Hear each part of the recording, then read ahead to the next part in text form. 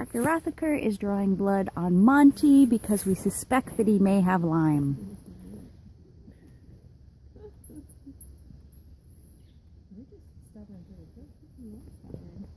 Hey Jesse, can you tell me what were some of his symptoms that we thought maybe he might have Lyme? He's been unusually cranky and unwilling to do things that he normally does. He's acted slightly sore or stiff, including not wanting to let the farrier pick up different legs. And he's just not acting himself, as well as having some tick bites. All right, this is Dr. Rothaker from Salmon Brook Animal Clinic, and she's agreed to talk with me about the effects on Lyme and vaccinations. So my first question is, are all animals affected by Lyme? Yeah, that's a good question. We don't know 100%. We haven't looked at a lot of our domestic species and how Lyme works. Probably the two most common species that we talk about are dogs and horses. It has been diagnosed in cattle, and to my knowledge, not in goats at this point in time. Okay, thank you.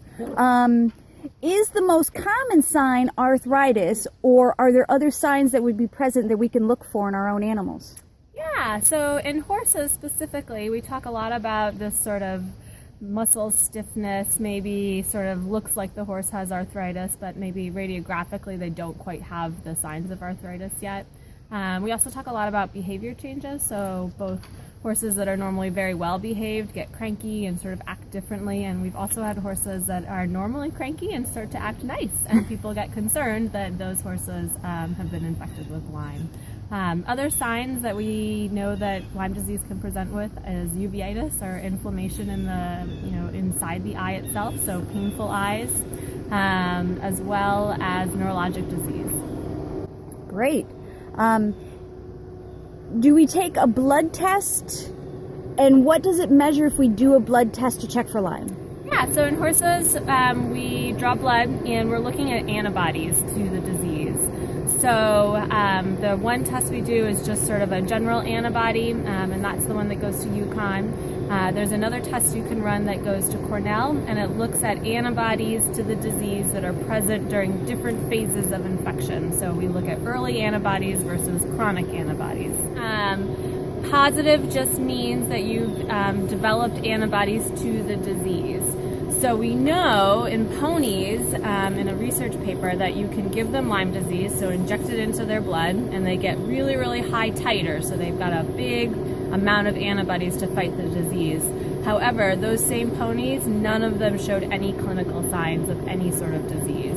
So it's really hard sometimes to correlate what the horse is doing with their results, and sometimes we have to make a best guess decision using the owner's information as well. Fantastic.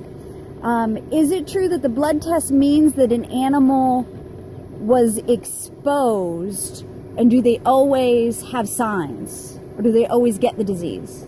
Yeah, another good question. So if the horse has antibodies, it means that they have been exposed. So they've been bitten by the tick, and they've made the antibodies to Lyme disease. Does that mean it happened yesterday or last week or 5 years ago? We don't really know. So we do the Cornell test sometimes to try to help us figure that out. But most animals probably in this area of the country have had some exposure to Lyme. So most horses will have some level of positive testing. Okay.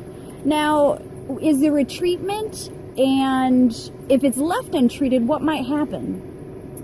Yeah, so the treatment is an antibiotic class called tetracyclines. We typically use doxycycline. It's oral. We usually do about a month to 2 months, depending on the signs and the level of positiveness of the test.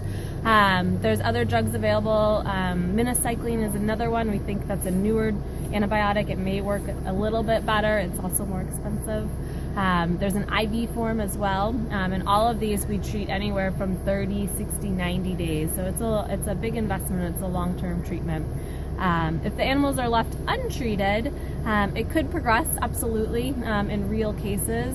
But again, a lot of times we're not exactly sure if we're treating true Lyme or just sort of the blood test that indicates that your horse has been infected. But I guess we probably don't know too much if a real horse with clinical Lyme left untreated, how it goes. The neurologic cases will progress, and the horses will often end up down on the ground. Okay. Should people be vaccinating? Is there a vaccination, and what is the effectiveness? Yeah, so in dogs there is a vaccination. It's a little bit controversial, and I don't work on dogs, so I'm not going to talk too much about that, but there are some horse veterinarians that are using the dog vaccine in horses and are having good success with it.